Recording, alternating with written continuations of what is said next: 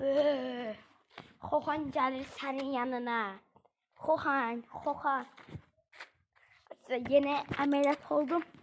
İşte bir eşyaları değmek olmaz mı? Çünkü alerjim var. Görürsünüz, bu yaramazdı. Qasırmadı.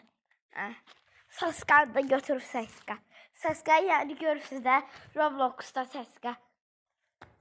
Nihat özü Saska elif Roblox'ta. Özü karakteri. Saska rengindədir Saska. Saska renk. Canım bu da Saska renkli. Görürsünüz.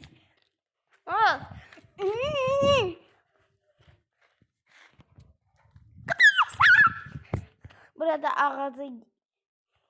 ağacı yiyip kesip. Saska renk.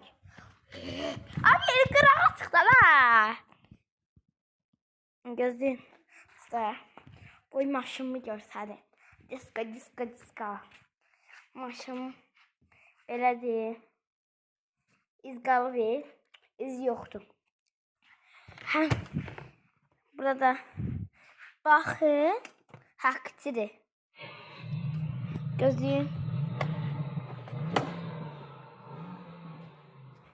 Baxın. Haqqı maşındır. Göstərə məni. Yalan deyilsin.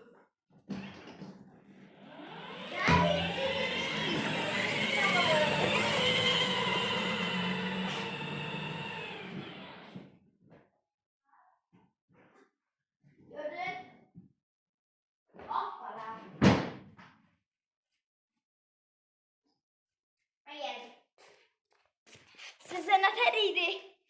Anne. Gördüm ama yazdım. Bu niye kararı?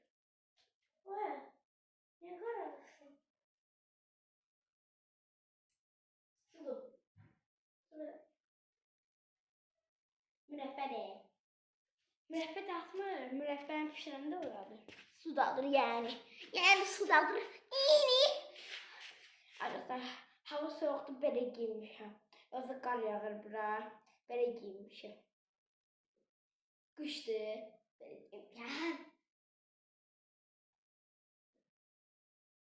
Allah'ın olsun qar yağır buradır.